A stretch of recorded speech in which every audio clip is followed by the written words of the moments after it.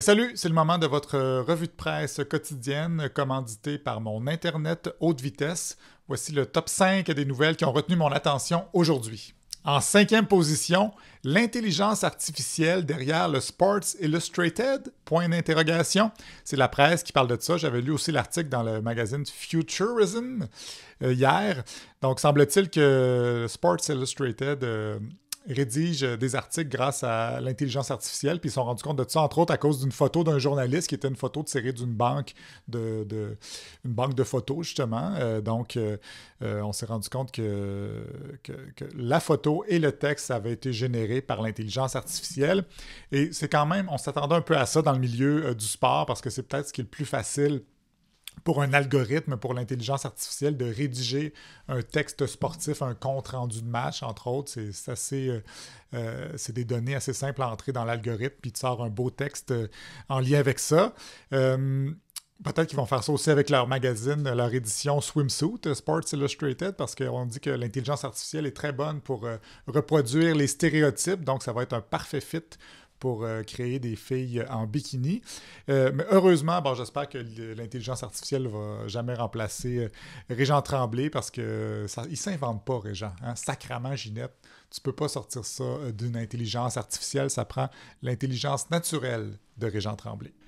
En quatrième position, un épisode de Mike Ward sous écoute retiré. Ça fait pas mal jaser sur les réseaux sociaux depuis hier, ça. Semble-t-il que l'épisode avec les gars de la Poche Bleue, Guillaume Latendresse et Maxime Lapierre, a été retiré du Patreon de Mike Ward.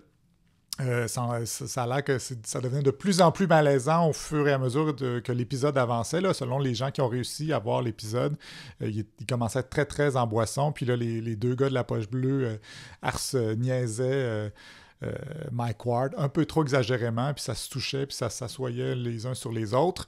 Et on dit que sur le Patreon, c'est écrit que ça a été retiré à la demande des participants. Fait que probablement que Maxime et Guillaume ont demandé de retirer ça en réalisant que ça n'avait pas vraiment d'allure leur affaire. Moi, je les trouve bons en général, là, Guillaume Latendresse et Maxime Lapierre, là, quand ils sont pas en boisson, mais ça a l'air que quand ils en prennent une dizaine de bières, ils virent un peu douchebag, peut-être comme il était à l'époque où il jouait au hockey. Troisième position, c'est quoi un homme? C'est Nathalie Collard dans la presse qui parle encore une fois de Andrew Tate et des réactions suite à l'article qu'ils ont publié dans la presse il y a 2 semaines là, sur c'est ça, les jeunes de nos jours, les jeunes hommes qui tripent sur Andrew Tate. Et il y avait un très bon texte d'Isabelle Haché aussi là-dessus dans la presse en fin de semaine. Mais moi, je suis fasciné. Bon, là, on dit que Léa Carrier, qui a écrit ce texte-là, elle reçoit plein de messages haineux. Nathalie Collard aussi en a reçu d'hommes qui sont vraiment décomplexés. Ils n'ont pas de problème à mettre leur nom, leur numéro de téléphone, même s'ils tiennent des propos anti-misogynes, en fait. Et moi, quand je parle d'Andrew Tate, je me fais traiter de moumoune ou pire sur TikTok, et surtout sur TikTok, mais un peu partout. Donc, j'imagine pas ce que ça peut être quand tu es une femme. Fait que vraiment, il faut faire quelque chose à propos de ça, donner des modèles masculins pour contrebalancer ces personnes-là. Et il faut comprendre que les hommes devraient aussi se battre avec les femmes pour l'égalité.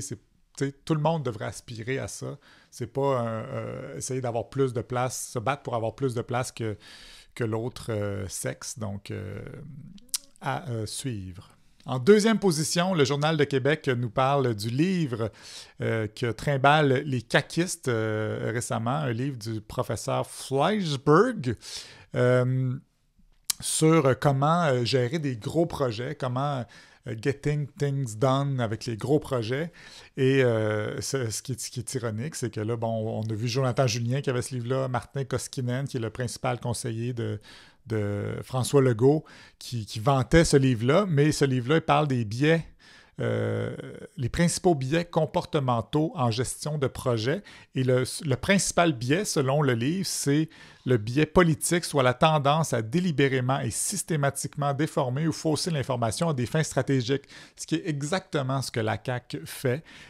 J'espère qu'au moins s'ils lisent ce livre-là, s'ils le lisent pour vrai, ben ils vont être plus conscients de leur biais de pouvoir, puis arrêter d'avoir l'air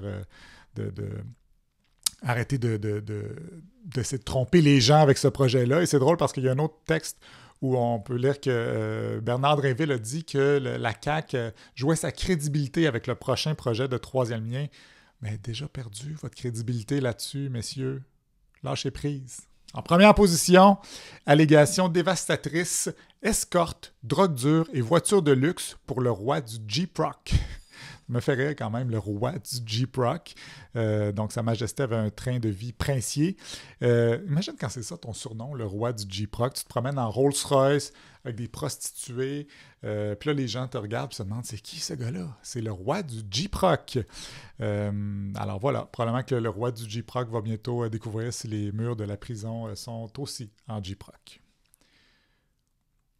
C'était le top 5 du jour. Alors, je vous invite à vous abonner à l'infolettre astar.ca pour accéder à tous les liens et encore d'autres nouvelles tout aussi intéressantes. Et je vous souhaite une très belle journée.